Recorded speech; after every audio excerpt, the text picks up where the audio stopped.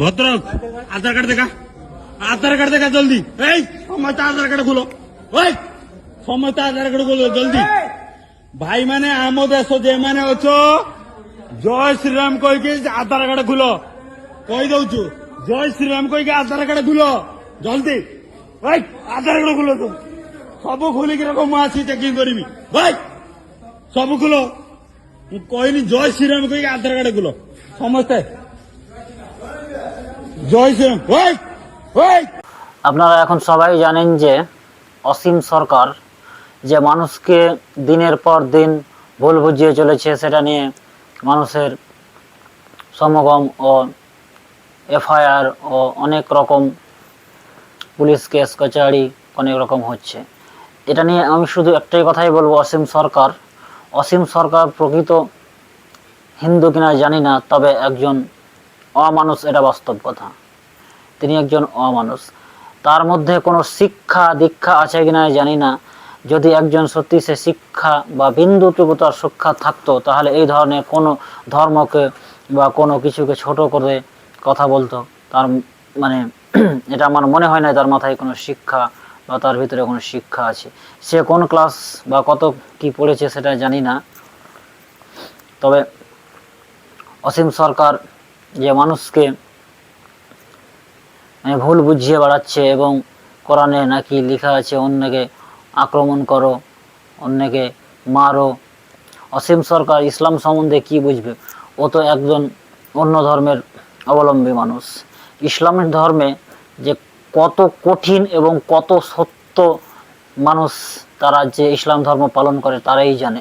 ইসলাম ধর্মে অত সহজে মানুষকে মানে অন্যায় করা বা অন্যায় ছাড় দেওয়া এটা কিন্তু লেখা নেই বা কখনো কারো হয়। অসীম সরকার এগুলো করার একমাত্র উপায় হচ্ছে তার ভোট ব্যাংক বাড়ানোর জন্যই সে এটা করছে। বিজেপি বিধায়ক শুনেছি, জানি না সে বিধায়ক না চুরি করে বিধায়ক হয়েছে না ভোট পেয়ে বিধায়ক হয়েছে, সেটা ব্যক্তিগত ব্যাপার, তাদের ব্যক্তিগত ব্যাপারে পার্সোনাল ব্যাপারে ইন্টারফেয়ার করতে যাব না। তবে অসীম সরকার মানুষ হিসাবে একজন মানুষ নয়, ও মনে হচ্ছে পশু বা তার থেকেও নিচে কিছু বলা গেলে তার ভাষা প্রয়োগ করা প্রয়োজন রয়েছে।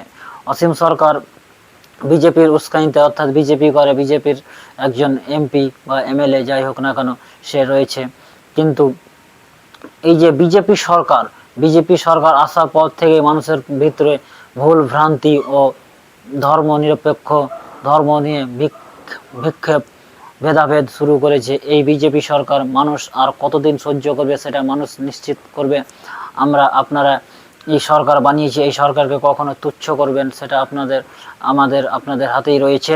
তাই আমি বলবো এই বিজেপি সরকারকে শুধু ওয়েস্ট বেঙ্গল নয়, পশ্চিমবঙ্গ নয়, ভারতবর্ষ থেকে মুছে দিতে হবে। এটা আমার ব্যক্তিগত বার্তা থেকে বলছি।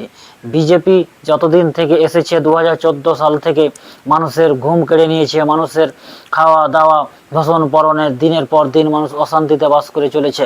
বিজেপি সরকার আসার পর থেকে আপনি বলেন যে কোথা থেকে কোথায় গিয়ে হাই র্যাঙ্কে যে দাঁড়িয়েছে, কিন্তু বিজেপি আসার পর থেকে মানুষের মানে গরিব মানুষের কি উপকার হয়েছে? শুধু নেতা মন্ত্রী এর পেট ভরেছে এবং খাওয়া দাওয়া তাদের অন্য হাই 5 স্টার হোটেলে পর্যন্ত রয়েছে। আমাদের মতন আপনাদের মতন করে কম দাম জিনিসকে বেশি দামে কিনতে হয়েছে, এবং ট্যাক্স করের টাকায় তারা দেশে বিদেশে ঘুরে বেড়াচ্ছে। যেমন আজ থেকে হয়তো 10 বছর আগে যে মানুষ কোথায় কোন জায়গায় কাজ করতে যেত, কখনো মানুষের বিভ্রান্তি ছিল না যে না ওখানে গিয়ে হয়তো হেনস্থার শিকার হতে হবে।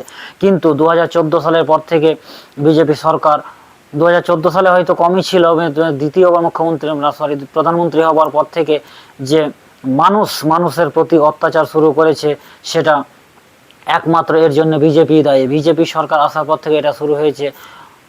10 বছর আগে মানুষ কোথায় কোথায় কাজ করতো মানুষ জানতো না, বা কাউকে কখনো হেনস্থার শিকার হতে হয়নি। এমনকি মানুষকে পিটিয়ে মেরে দিচ্ছে। মুর্শিদাবাদের ছেলেকে উড়িষ্যায় পিটিয়ে একেবারে গণহত্যা করে মেরে ফেলে দিল। তা নিয়ে কোনো আবেগ বা কোনো রকম ওয়েস্ট বেঙ্গলে বিজেপি সরকারের মুখ থেকে বা কোনো নেতা কুবেন্দু সুকান্ত আপনার আরও আদার্স নেতাগুলো থেকে একটার মুখে থেকে তো কোনো রকম কথা পাইনি।